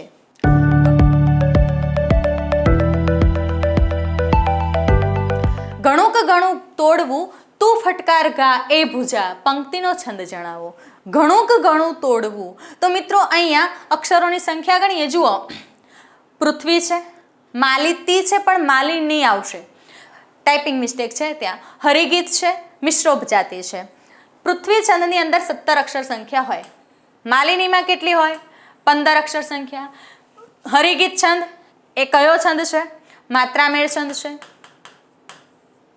મિશ્રોપજાતિ એ ઉપજાતિ છંદનો પેટા પ્રકાર છે. મિશ્રોપજાતિ એ પણ 11 અક્ષરનો હોય છે. હવે આગળ જોઈએ કે બીજા ક્રમે આપણે અક્ષરોની સંખ્યા કરીશું. જુઓ, 1 2 3 4 5 6 7 8 9 10 11 12 13 14 15 16 અને 17. હવે 17 અક્ષર સંખ્યા હોય એવો એક જ છંદ છે પૃથ્વી, કે જેનું બંધારણ જ ગણથી થાય છે, જેમાં યતિ સ્થાન 8મા અક્ષરે આપણને આપેલું હોય છે. યસ. આગળનો પ્રશ્ન જોઈએ. રે આ સાફલ્ય ટાણું, યુગ યુગ પલટે તોય પાછું ન આવે, પંક્તિનો છંદ જણાવો. હવે આપણે જોઈએ કે શ્રગધરા છંદમાં 21 અક્ષર સંખ્યા છે, મંદાક્રાંતામાં 17 અક્ષર સંખ્યા છે, હરિગીતમાં આપણને માત્રામેળ મળે છે એ 28 કાં તો 26 માત્રા છે, શિખરીણીમાં 17 અક્ષર સંખ્યા છે. પહેલા ક્રમે આપણે છેલ્લો અક્ષર જોઈએ, ગુરુ છે. યસ, ગુરુ છે એટલે લગભગ આપણને અક્ષરમેળના એધાણ મળે છે. એના પછી બીજા ક્રમે અક્ષરોની સંખ્યા ગણીએ. 1 2 3 4 5 6 7 8 9 10 11 12 13 14 15 16 17 18 19 20 અને 21. 21 અક્ષર સંખ્યા મળે છે એટલે શ્રગધરા છે. યસ, ઓપ્શન એ આપણો સત્ય જવાબ બનશે. આગળનો પ્રશ્ન છે. ભૂરુ છે નભ સ્વચ્છ સ્વચ્છ, દિસતી એકે નથી વાદળી, પંક્તિનો છંદ જણાવો. શ્રગધરા છંદમાં હમણાં જોયું એમ 21 અક્ષર સંખ્યા છે. હરિણીમાં કેટલી અક્ષર સંખ્યા છે? 17 અક્ષર સંખ્યા. અનુષ્ટુપમાં 32 અક્ષર સંખ્યા, 16 + 16 = 32 છે. શાર્દુલ વિક્રીડિતમાં 19 અક્ષર સંખ્યા છે. જોઈએ બીજા ક્રમે અક્ષરોની સંખ્યા ગણીએ કે 1 2 3 4 5 6 7 8 9 10 11 12 13 14 15 16 17 18 ને 19. 19 અક્ષર સંખ્યા મળે છે એટલે ઓપ્શન ડી આપણો સત્ય જવાબ બનશે, શાર્દુલ વિક્રીડિત છંદ. આગળનો પ્રશ્ન જોઈએ કે મનહર છંદની બંને પંક્તિ મળીને કેટલા અક્ષર હોય છે? તો મિત્રો, હમણાં અગાઉ આપણે વાત કરી કે મનહર છંદની અંદર 15 + 16 એટલે કે પહેલી પંક્તિ 15 અક્ષરની હોય અને બીજી પંક્તિમાં 16 અક્ષર સંખ્યા હોય. એમ પણ હોય છે કે 16 + 15 = કેટલા મળે છે? 31 અક્ષર. ઘણી વખતે આખું કાવ્ય હોય ને એમાંથી જો ઉપર નીચેની પંક્તિ ઉઠાવી અથવા તો ફરીથી બીજી બે પંક્તિ ઉઠાવી હોય, જો પંક્તિ ઉઠાવવામાં અવળસવળ કરે છે તો એમાં 15 + 16 અથવા તો 16 + 15નું બંધારણ બને છે. પણ એનું સાચું બંધારણ કયું છે? 16 + 15 = 31 અક્ષર સંખ્યા મળે છે. આગળનો પ્રશ્ન જોઈએ તો અનુષ્ટુપ છંદમાં કેટલા ચરણ હોય છે? તો મિત્રો, અનુષ્ટુપ છંદમાં વાત કરી આપણે અગાઉ કે 4 ચરણ હોય છે. 8 અક્ષરના 4 ચરણ હોય છે. 4 ચરણ હોય છે. કુલ મળીને કેટલા અક્ષર થાય છે? 32 અક્ષર સંખ્યા આપણને અનુષ્ટુપ છંદની અંદર મળે છે. આગળનો પ્રશ્ન છે કે ચોપાઈ છંદમાં કેટલી માત્રા હોય છે? મિત્રો, ચોપાઈ છંદની અંદર હવે આપણને ફક્ત એટલું જ પૂછ્યું છે કેટલી માત્રા હોય છે. તો મિત્રો, ચોપાઈ છંદની અંદર 15 માત્રા તો હોય છે પણ એ તો એક જ ચરણની છે. પણ જો અહીંયા 15ની જગ્યાએ આપણને 60 ઓપ્શન આપ્યો હોય તો 60 40 30 તો એ કયો સાચો બનશે? 60. કારણ કે ચોપાઈમાં 4 ચરણ ફરજિયાત છે. એક ચરણની માત્રા 15 છે તો એવા 4 ચરણની માત્રા કેટલી થાય? 60 થાય. અહીંયા આપણને એવો કોઈ બીજો ઓપ્શન નથી આપ્યો એટલે ઓપ્શન એ આપણો સત્ય જવાબ બનશે કે ચોપાઈ છંદમાં 15 માત્રા હોય છે. આગળનો પ્રશ્ન છે જે પોષતું તે મારતું, શું એ નથી ક્રમ કુદરતી? પંક્તિનો છંદ ઓળખાવો. જે પોષતું તે મારતું, જે પોષણ આપે છે એ જ મારે છે, કવિ કલાપીની કાવ્ય પંક્તિ છે. અહીંયા દોહરો છે ના મિત્રો, દોહરોમાં 2 પંક્તિ ફરજિયાત છે એટલે કે 4 ચરણ ફરજિયાત છે. એ નથી, અહીંયા એક જ પંક્તિ આપેલી છે. ઝૂલણા, તો અહીંયા ઝૂલણાની અંદર 2 પંક્તિ એટલે કે એની અંદર 37 માત્રા હોય. પહેલી પંક્તિ આગળથી ને બીજી પંક્તિ અડધેથી લખેલી હોય, નરસિંહનું દ્રષ્ટાંત હોય તો એ ઝૂલણા છંદ છે. અહીંયા છે નહીં. સવૈયાની અંદર 31 માત્રા કાં તો 32 માત્રા છે. હરિગીતની અંદર 26 કે 28 માત્રા છે. જો અહીંયા 2 તો નીકળી જ જાય છે, બરાબર. હવે આપણને એવા એંધાણ તો આપી દીધા છે કે માત્રામેળનું દ્રષ્ટાંત છે, બરાબર. જો તમે કદાચ રાગ ઉપરથી ઓળખતા હોય તો ભૂલો ભલે બીજું બધું મા બાપને ભૂલશો નહીં, આ રાગ જો આપણને મળે તો એ રાગ હરિગીતનો જ છે. જે પોષતું તે મારતું શું એ નથી ક્રમ કુદરતી, તો એ જ રાગ મળે છે. એટલે કયો છંદ હોય? હરિગીત. તો ઓપ્શન એ આપણો સત્ય જવાબ બનશે. અહીંયા એની માત્રા ગણીએ તો ગુરુ અક્ષર માટે 2 માત્રા છે, 2 2 4 5 6 7 8 9 10 11 12 13 14 15 16 17 18 19 20 21 22 23 24 25 26 અને 27 અને 28. કેટલી માત્રા બને છે? 28 માત્રા બને છે. એટલે હરિગીત છંદ આપણો પાકો. આગળનો પ્રશ્ન છે, ધમાલ ન કરો જરાય નહીં ને નબીના થશો, પંક્તિનો છંદ ઓળખાવો. અહીંયા જુઓ, હરિગીત છે, હરિગીતમાં 26 કે 28 માત્રા હોય એ માત્રા મેળ છે. મંદાક્રાંતામાં 17 અક્ષર સંખ્યા હોય, એનું ગણ બંધારણ મ ગણથી થતું હોય. પૃથ્વી છંદની અંદર 17 અક્ષર સંખ્યા છે, જ ગણથી એનું બંધારણ બને છે. મનહર છંદની અંદર 2 પંક્તિ ફરજિયાત, એમાં 31 અક્ષર સંખ્યા થવી જોઈએ, 2 પંક્તિ નથી, એટલે આ તો આવશે નહીં, બરાબર. હવે જોઈએ બીજા ક્રમે અક્ષરોની સંખ્યા ગણો. ચલો 1 2 3 4 5 6 7 8 9 10 11 12 13 14 15 16 17. અહીંયા આપણને 17 અક્ષર સંખ્યા આપી છે. હવે 17 અક્ષર સંખ્યા છે એટલે હરિગત પણ નીકળી જશે. આગળના 3 ને અલગ કરો. કર્યા અલગ. જુઓ, જ બા ન, જ ગણનું બંધારણ બને છે એટલે ઓપ્શન ડી આપણો સત્ય જવાબ બનશે કે આપેલ છંદ એ પૃથ્વી છંદ છે. આગળનો પ્રશ્ન છે, રૂઢિપ્રયોગ ઓળખી બતાવો. હવે આપણને અહીંયા રૂઢિપ્રયોગ ઓળખવાનો છે, કયો અર્થ છે એવું કીધું નથી. જાજા હાથરડિયામણા કહેવત છે, ઉતાવળે આંબા ન પાકે એ પણ કહેવત છે, અધૂરો ગળો છલકાય ગણો એ પણ કહેવત છે, હળવા ફૂલ થઈ જવું, એટલે ઓપ્શન ડી આપણો સત્ય જવાબ બનશે કે એ રૂઢિપ્રયોગ છે, બાકીની બધી કહેવતો છે. આગળનો પ્રશ્ન છે કે કહેવત ઓળખી બતાવો. બિંત ભૂલવી રૂઢિપ્રયોગ છે, જીવ હેઠો બેસવો રૂઢિપ્રયોગ છે, ઘરથુથીમાં મળવું એ પણ રૂઢિપ્રયોગ છે, ખાલી ચણો વાગે ગણો કહેવત છે, એટલે ઓપ્શન ડી સત્ય જવાબ બને. આગળનો પ્રશ્ન છે, વપુ શબ્દનો પર્યાયવાચી શબ્દ જણાવો. વપુ, વપુ એટલે શું થાય? શરીર. શું થશે? શરીર, એટલે ઓપ્શન એ આપણો સત્ય જવાબ બનશે. હાથ એટલે હસ્ત, પગ એટલે ચરણ, માથું એટલે મસ્તક, એવો એનો અર્થ મળે છે. આગળનો પ્રશ્ન છે, દ્યુતિ શબ્દનો પર્યાયવાચી જણાવો. દ્યુતિ, દ્યુતિ એટલે શું થશે મિત્રો? તેજ. ઓપ્શન ડી આપણો સત્ય જવાબ બનશે. આગળનો પ્રશ્ન છે, વૃક્ષ શબ્દ માટે કયો પર્યાય શબ્દ સાચો છે? વૃક્ષ, વૃક્ષ એટલે શું થાય? દ્રુમ. શું થશે? દ્રુમ, એટલે ઓપ્શન ડી આપણો સત્ય જવાબ બનશે. આગળનો પ્રશ્ન છે, સાચા તોય કાચા જાણે કાચના બે કાચલા, પંક્તિનો અલંકાર ઓળખાવો. સાચા તોય કાચા જાણે કાચના બે કાચલા, જાણે રખે શકે એટલે ઉત્પ્રેક્ષા અલંકાર, એટલે ઓપ્શન એ આપણો સત્ય જવાબ બનશે. બીજું, અહીંયા બીજો અલંકાર પણ બની શકે છે. જો સાચા તોય કાચા, સાચા ને કાચા, કાચના કાચલા, ખ્યાલ આવે છે? જો એકના ક અને ક છે વર્ણાનુપ્રાસ, ઓપ્શનમાં નથી. ત્રીજો અલંકાર પણ બને છે, સાચા તોય કાચા, શબ્દનો પ્રાસ મળતો આવે છે એટલે શબ્દાનુપ્રાસ પણ બની શકે, ઓપ્શનમાં આપ્યા નથી. ફક્ત આપણને અર્થાલંકારનો પ્રકાર ઉત્પ્રેક્ષા આપ્યો છે એટલે ઉત્પ્રેક્ષા આપણો ઓપ્શન એ સાચો જવાબ બનશે. ઉપમા એટલે કે ઉપમેયની સરખામણી ઉપમાન સાથે કરેલી હોય. રૂપક એટલે ઉપમેય અને ઉપમાનને એકરૂપ બતાવેલા હોય. વ્યતિરેક વધારે પડતું કીધું છે પણ માની શકાય તેવું, પણ એ છે નહીં, એટલે ઓપ્શન એ આપણો સત્ય જવાબ બનશે. આગળનો પ્રશ્ન છે, હાથી માટે કયો પર્યાય સાચો છે? હાથી માટે કુંજર, કયો શબ્દ સાચો છે? કુંજર. કુંજર એટલે શું થશે? હાથી, એટલે ઓપ્શન એ આપણો સત્ય જવાબ બનશે. આગળનો પ્રશ્ન છે, નિષેધાજ્ઞા શબ્દની સંધિ છૂટી પાડો.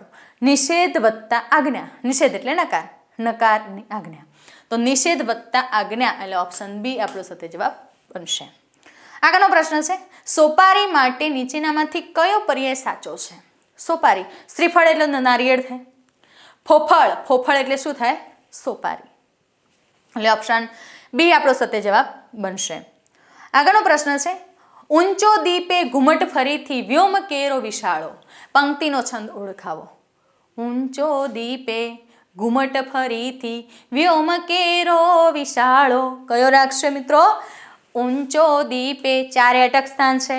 ઊંચો દી, ત્રણે ત્રણ આગળના ગુરુ છે, મંદાક્રાંતા છંદ થાય.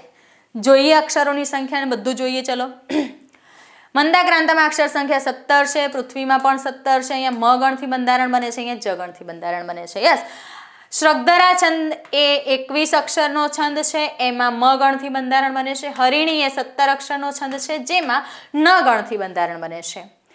અહીંયા 1 2 3 4 5 6 7 8 9 10 11 12 13 14 15 16 17 ઊંચો દીપે.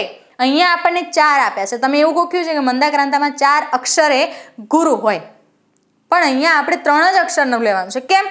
કારણ કે ગણ બંધારણ કેટલા અક્ષરનું હોય? 3 અક્ષરનું, અને એ 3 અક્ષર ક્રમશઃ. એટલે ક્રમશઃ અક્ષર જુઓ, ઊંચો અને આ દી છે એટલે ગુરુ, ગુરુ અને ગુરુ, એટલે 3 અક્ષર આપણને કેવા આપ્યા છે? ગુરુ, એટલે કે મા તારા. મ ગણનું બંધારણ બને છે, 17 અક્ષર સંખ્યા છે, એટલે મંદાક્રાંતા ફરજિયાત આવે ને આવે. આગળનો પ્રશ્ન છે, નીચેનામાંથી કયો છંદ 17 અક્ષરનો નથી એવું પૂછ્યું છે. જો હરિણીમાં 17 અક્ષર સંખ્યા, મંદાક્રાંતામાં 17, પૃથ્વીમાં 17, વસંતિલકામાં 14 અક્ષર સંખ્યા, એટલે ઓપ્શન ડી આપણો સત્ય જવાબ બનશે. આગળનો પ્રશ્ન છે, સખી શબ્દ માટે નીચેનામાંથી કયો પર્યાય સાચો છે? સૌમ્ય એટલે સુંદરતા, સુંદર. અલી એટલે સખી, ઓપ્શન સી આપણો સત્ય જવાબ બને. અહીંયા અલી લખ્યું છે, પણ મિત્રો આ અલી એટલે ભમર થાય, ભમરો. શું થશે? ભમરો. આ અલી એટલે બેનપણી, સખી થતો નથી. ભાર્યા, ભાર્યા એટલે પત્ની. અહીંયા ઓપ્શન સી આપણો સત્ય જવાબ બનશે. આગળનો પ્રશ્ન છે, તટે વિજન નાવ તે સ્થિર નાંગરેલી પડી. શું કે છે? પંક્તિનો છંદ ઓળખાવો. પૃથ્વી છે, જોઈએ 17 અક્ષર સંખ્યા છે કે નહીં? 17. અહીંયા પણ 17 અક્ષર સંખ્યા, અહીંયા 16 અક્ષર સંખ્યા છે, અહીંયા 17 અક્ષર સંખ્યા છે. આગળ ચર્ચા કરીએ તો અક્ષરોની સંખ્યા ગણો. 1 2 3 4 5 6 7 8 9 10 11 12 13 14 15 16 અને 17. 17 અક્ષર સંખ્યા છે. એના પછી આગળના 3 ને અલગ કરો. ત ટે વી. ત લઘુ છે, ટે ગુરુ છે, અને વી એ લઘુ છે. લઘુ ગુરુ લઘુ એટલે કે જ ગણનું બંધારણ બને એટલે પૃથ્વી હોય ને હોય, પાક્કો. એટલે ઓપ્શન એ આપણો સત્ય જવાબ બનશે. આગળનો પ્રશ્ન છે, નવરાત્રિ શબ્દનો સમાસ ઓળખાવો. નવરાત્રિ, નવરાત્રિનો સમૂહ. હમણાં વાત કરી હતી આપણે અગાઉ. નવરાત્રિનો સમૂહ એટલે નવરાત્રિ કે જે સમાસમાં પૂર્વ પદ સંખ્યાનું સૂચન કરે, ઉત્તર પદ એનો સમૂહ દર્શાવતું હોય ત્યારે દ્વિગુ સમાસ બને છે. એટલે ઓપ્શન બી આપણો સત્ય જવાબ બનશે. આગળ ચર્ચા કરીએ તો તકસાધુ શબ્દનો સમાસ જણાવો. તકસાધુ, તકને સાધનાર. હવે જે સમાસમાં જે ઉત્તર પદ છે એ પદ ક્રિયા સૂચવતું હોય, તક સાધુ, તક સાધનાર, તો ક્રિયા સૂચવતું હોય, અને તમે યાદ રાખો એમ કે જેમાં નાર પ્રત્યય લાગે એને ઉપપદ સમાસ કહેવાય. બરાબર? તક સાધુ, તક સાધનાર. નર્મદ, નર્મદા. ગોપાલ, તો ગાયો પાડનાર. જ્યારે નાર પ્રત્યય લાગે ત્યારે એ શું બને છે? ઉપપદ સમાસ બને છે. મધ્યમ પદ લોપી કે જેમાં વચ્ચેના પદનો લોપ થતો હોય. અવ્યય ભાવ કે જેમાં અવ્યય ભાવ જેમાં યથા, પ્રતિ, આ, હ, દ, હ, ર, દ, ર આ પૂર્વ પ્રત્યય લાગેલો હોય ત્યારે એ અવ્યય ભાવ બને છે. બહુવ્રીહી જે સમાસમાં ઉપમેય અને ઉપમા અને વિશેષણ વિશેષણનો સંબંધ હોય, વિશેષણ વિશેષણનો સંબંધ હોય, ઉપમેય અને ઉપમાન વચ્ચેનો સંબંધ હોય, ઉપમાન અને સાધારણ ધર્મનો સંબંધ હોય, પણ તેમાં આપેલું પદ જ્યારે બધાના વિશેષણ તરીકે વપરાતું હોય ત્યારે એ બહુવ્રીહી સમાસ બને છે. અહીંયા તક સાધુ, તક સાધનાર આપણને નાર પ્રત્યય લાગે છે એટલે એ ઉપપદ સમાસ છે. ઓપ્શન સી આપણો સત્ય જવાબ બનશે. આગળનો પ્રશ્ન છે, ચતુર વત્તા પદી શબ્દની સંધિ જોડો. ચતુર વત્તા પદી, અહીંયા ર છે, પાછળ પ છે, તો આ જે છે ચતુર વત્તા પદી, તો ત્યાં શું થઈ જશે? ચતુષ્પદી. ચતુર્પદી, અહીંયા ર રેપ તરીકે લાગશે ને, શું બનશે? ચતુષ્પદી. એટલે ઓપ્શન એ સી આપણો સત્ય જવાબ બનશે. આગળનો પ્રશ્ન છે, સાચી જોડણી જણાવો. પ્રહલાદ, પ્રહલાદ, પ્રહલાદ, પ્રહલાદ, પ્રહલાદ, તો ઓપ્શન ડી ની જોડણી એ સત્ય છે. હ એક ખોડું આવે છે. આગળનો પ્રશ્ન છે ખોટી જોડણી જણાવો. અહીંયા ખોટી પૂછ્યું છે. વિકરાળ, બિલકુલ, ઉજાગરો અને નિમણૂક. તો મિત્રો અહીંયા ઉજાગરો શબ્દની જોડણી ખોટી છે. સમજાવી દઉં કે 4 અક્ષરના નિયમની જે જોડણી આપે છે એમાં બીજો અક્ષર જો ગુરુ હોય તો આગળનો અક્ષર લઘુ હોય છે, અને જો આગળનો અક્ષર લઘુ હોય તો જ બીજો ગુરુ હોય. આગળનો ગુરુ હોય તો બીજો લઘુ, અને બીજો લઘુ હોય તો આગળનો ગુરુ. એટલે ઓપ્શન બી આપણો સત્ય જવાબ છે કે ઉજાગરોમાં ઉજાગરો આ રીતે લખાય છે. આગળનો પ્રશ્ન છે ખોટી જોડણી જણાવો. પીપુડું, સુરીલું, કિમિયો અને ફુદીનો. મિત્રો અહીંયા ફુદીનાની જોડણી ખોટી છે. એમાં ફુદીનામાં રસ્વ ઉ આવે, ફુદીનો આ રીતે લખાય. એટલે ઓપ્શન ડી આપણો સત્ય જવાબ બનશે.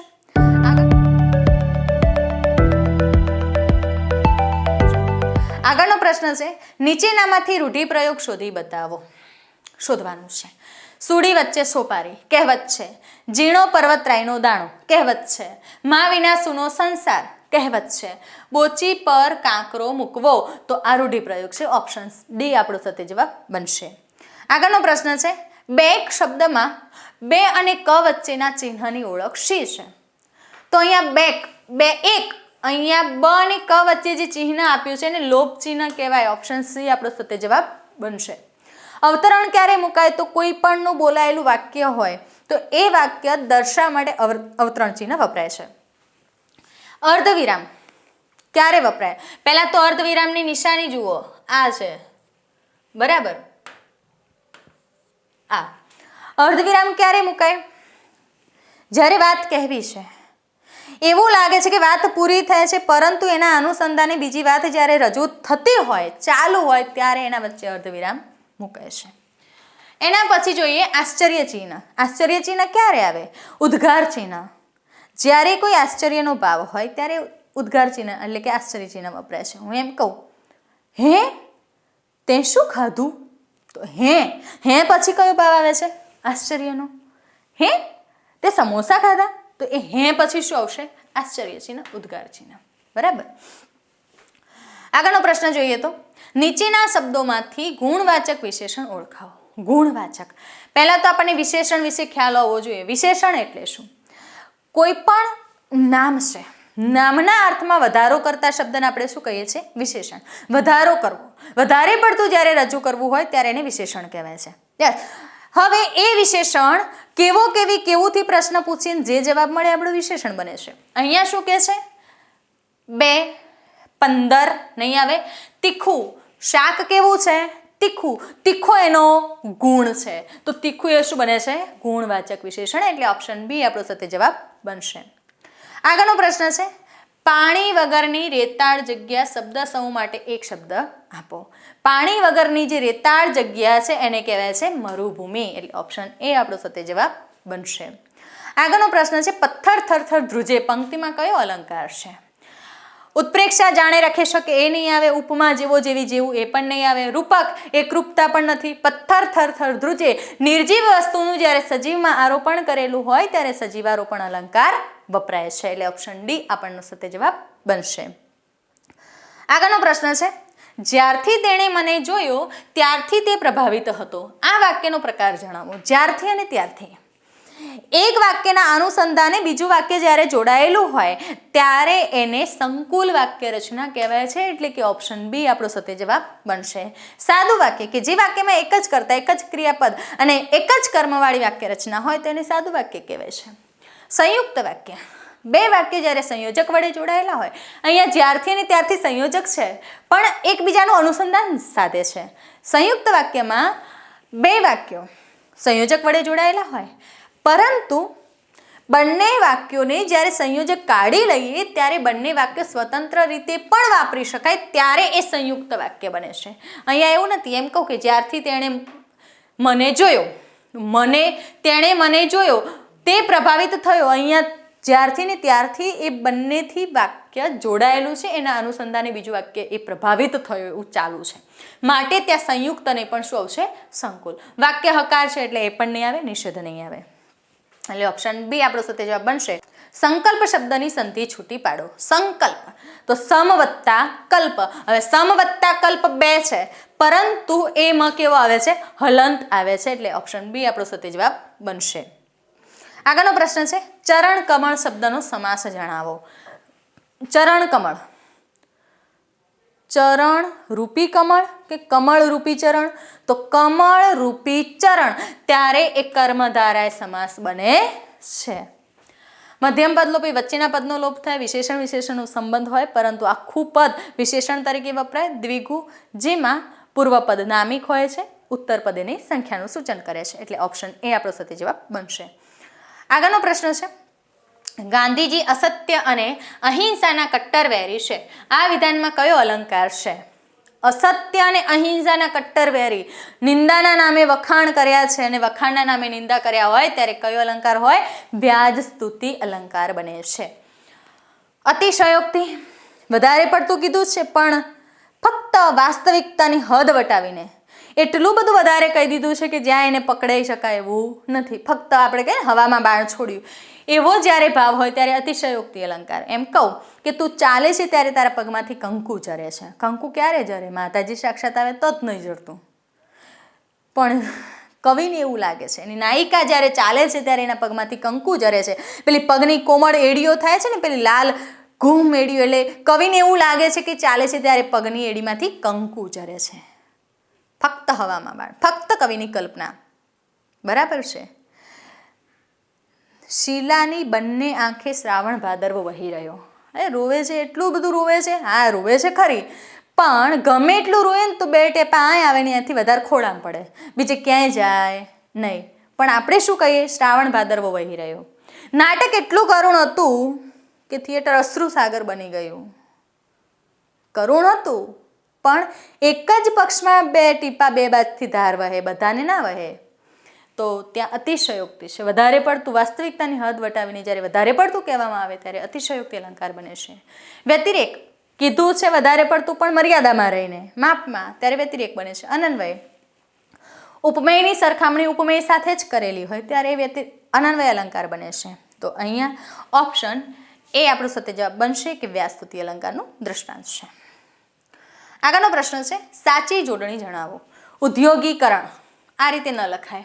ઔદ્યોગિકીકરણ, યસ, ઔદ્યોગિકીકરણની જોડણી સાચી છે. અહીંયા જો તમે નિયમ જુઓ તો કરણ શબ્દ છે એના પહેલા આવતી ઈ એ કેવી હોય?